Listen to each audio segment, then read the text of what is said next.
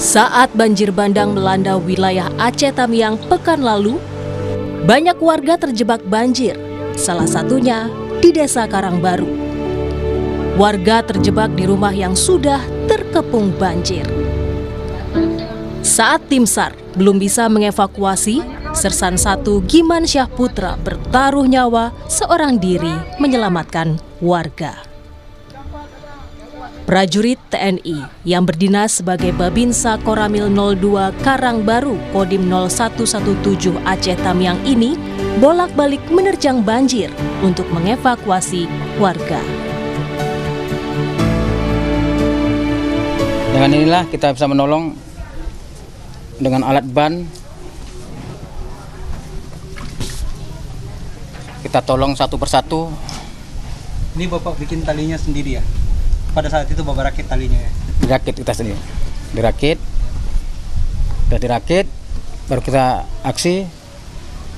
Dari depan melambung melalui tali-tali kabel listrik, pinjaannya kabel telkom sampai ke sasaran yang mau kita bantu. Dengan bantuan alat pelampung inilah. Dalam keadaan kosong, lalu kita ikat ke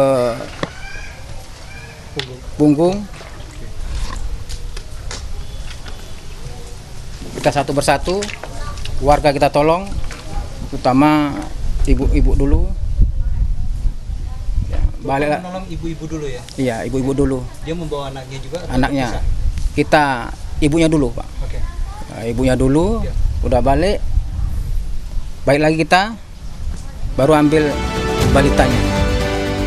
Sedikitnya 25 warga termasuk bayi, balita, dan ibu-ibu berhasil dievakuasi Sertu Giman dengan peralatan seadanya.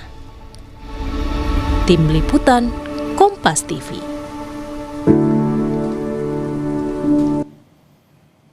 Dan saat ini sudah bergabung melalui sambungan satelit ada Sertu Giman Syah Putra, salah satu Babinsa di Aceh Tamiang yang ikut menyelamatkan banyak korban banjir bandang. Selamat malam Pak Giman. Selamat malam, Pak. Baik, Pak Giman, saya atas nama masyarakat Indonesia dan juga tentu saja masyarakat di Aceh Tamiang mengucapkan banyak terima kasih. Anda adalah pahlawan sesungguhnya bagi para korban bencana banjir bandang yang terjadi di Aceh Tamiang. Pak Giman, saya ingin konfirmasi ulang, ada berapa banyak orang yang Anda selamatkan pada saat terjadinya banjir bandang pada 26 November yang lalu, Pak Giman?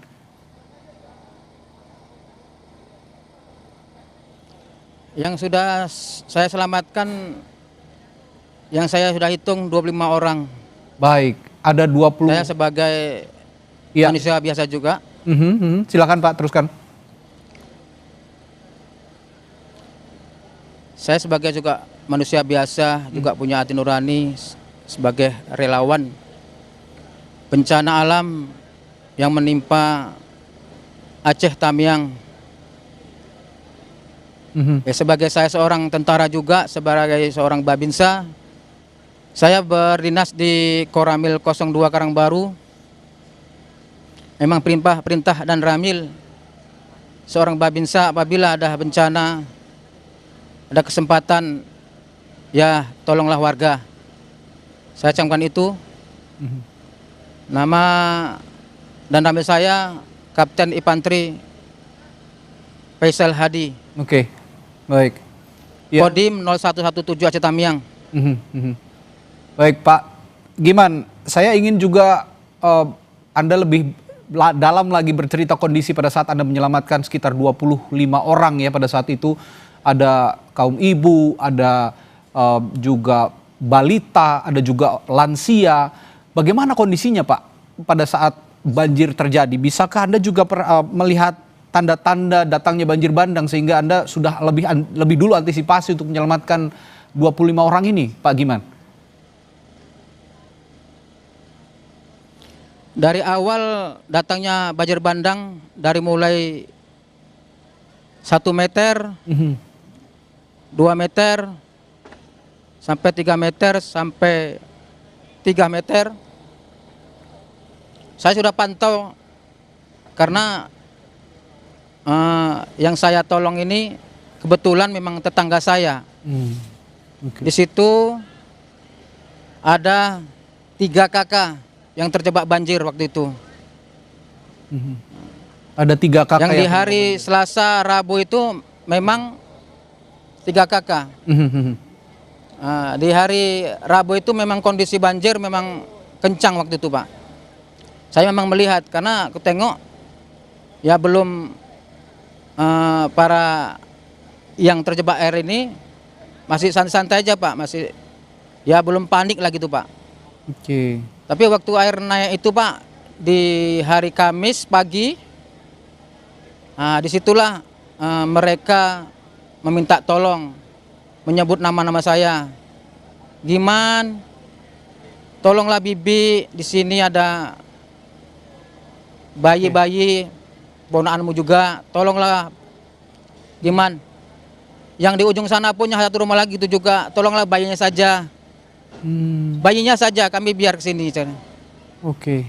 Tapi kan tidak mungkin, saya sebagai manusia, kalau bisa selamat semua, saya bantu. Gitu, Bapak. Baik Pak Giman, sungguh sangat menyentuh aksi yang Anda lakukan ini karena saya tahu Anda berusaha sekuat tenaga melalui visual-visual yang beredar juga. Anda berusaha sekuat tenaga menyelamatkan semua nyawa yang ada pada saat itu yang terancam oleh bencana alam banjir bandang. Nah, tapi pada saat itu Pak Giman, Anda kan memakai alat seadanya dengan jerrycan, dengan ban bekas begitu ya kalau saya lihat dari visual. Selain alat-alat itu, apalagi tantangan yang Anda hadapi pada saat menyelamatkan ke-25 orang ini pada saat banjir besar datang? Tantangan saya itu, Pak, untuk bisa menyeberang sana itu, saya ada jalan, yaitu dari kanopi daripada rumah saya. Oke. Dan melambung melalui tiang listrik, saya panjat dan meniti daripada pegangan saya itu waktu itu kabel listrik dan pijakan saya kabel Telkom. Kalau memang tidak terbiasa pasti jatuh. Waktu itu. Pada Memang saat, mohon maaf saya Pak Giman, saya potong, mohon maaf. seorang tentara, Pada saat itu Pak. ada kabel listrik juga ya Anda katakan ya. Itu Anda sudah mengetahui kabel listrik itu sudah tidak aktif lagi atau bagaimana? Kan jika memang kabel listrik itu masih aktif itu juga bisa membahayakan nyawa Anda Pak Giman. Memang saya, Pak, tidak terpikir ke situ, Pak. Oke. Saya terpikir kayak mana caranya warga itu selamat gitu, Pak. Luar biasa. Ya. Ya alhamdulillah kabel itu memang tidak berarus, Pak. Saya paham itu. Tapi saya tidak memikirkan apakah ada arusnya apa tidak. Saya tidak terpikir tuh, Pak. Yang penting saya harus sampai ke sana gitu, Pak.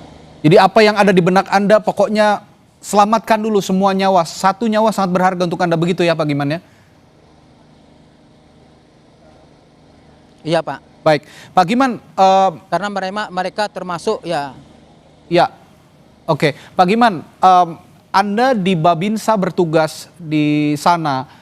Artinya Anda juga memiliki pembekalan manajemen krisis. Karena kalau saya lihat korban-korban ini kan juga punya prioritas mana yang lebih dulu harus diselamatkan, mana yang dulu lebih belakang diselamatkan. Nah, Anda memilah-milah korban mana dulu yang harus diprioritaskan. Bagaimana Anda mempelajari manajemen krisis itu, Pak Giman? Karena kan saya pelajari arus daripada derasnya air banjir bandang itu, memang penolong pertama itu memang kebetulan pas di sebelah rumah saya, jarak sekitar 4 meter. Waktu itu memang saya penolong pertama itu ada satu warga yang memang kebetulan memang udah terjebak juga, tiga rumah waktu itu. Oke. Memang udah jebol. Jadi saya udah feeling mendaratnya melalui yang saya jebol itu, Pak. Oke. Ya. Satu persatu. Baik. Ya, baik. Lalu Balik lagi, Ya, ambil silakan. lagi, balik lagi, ambil lagi itu, Pak. Oke, saya ingin juga tanyakan Pak Giman, dari ke-25 Selamatkan ya, dari ke-25 orang yang Anda selamatkan ini, bagaimana kondisinya saat ini yang Anda ketahui, Pak? Saat ini sudah alhamdulillah sehat, udah kembali ke rumahnya masing-masing. Sebagian udah pulang ke kecamatan lain.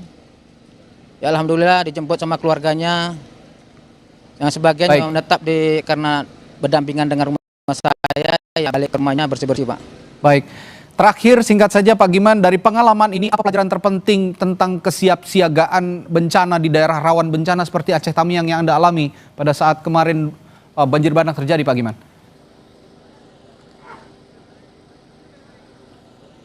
Pengalaman saya, Pak, untuk ya mudah-mudahan tidak ada bencana lagi, Pak.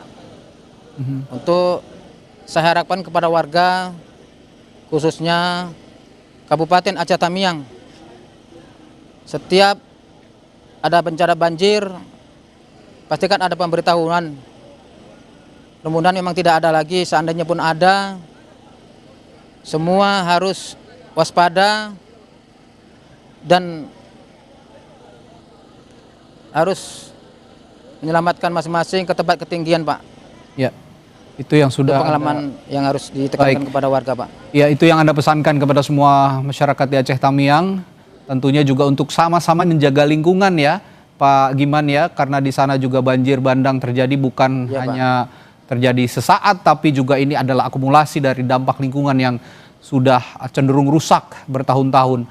Terima kasih sekali lagi atas nama masyarakat Aceh Tamiang, atas nama masyarakat Indonesia dan juga pemerintah mungkin juga punya utang budi yang besar kepada Pak Giman yang sudah menyelamatkan banyak warga yang sudah diterjang dan banjir bandang dan juga mengalami kesusahan pada saat banjir bandang besar terjadi di sana. Terima kasih sekali lagi Pak Sertu Giman Syahputra, salah satu Babinsa di Aceh Tamiang yang sudah berbagi ceritanya di Sapa Indonesia Malam. Sampai jumpa lagi, sehat selalu Pak Giman.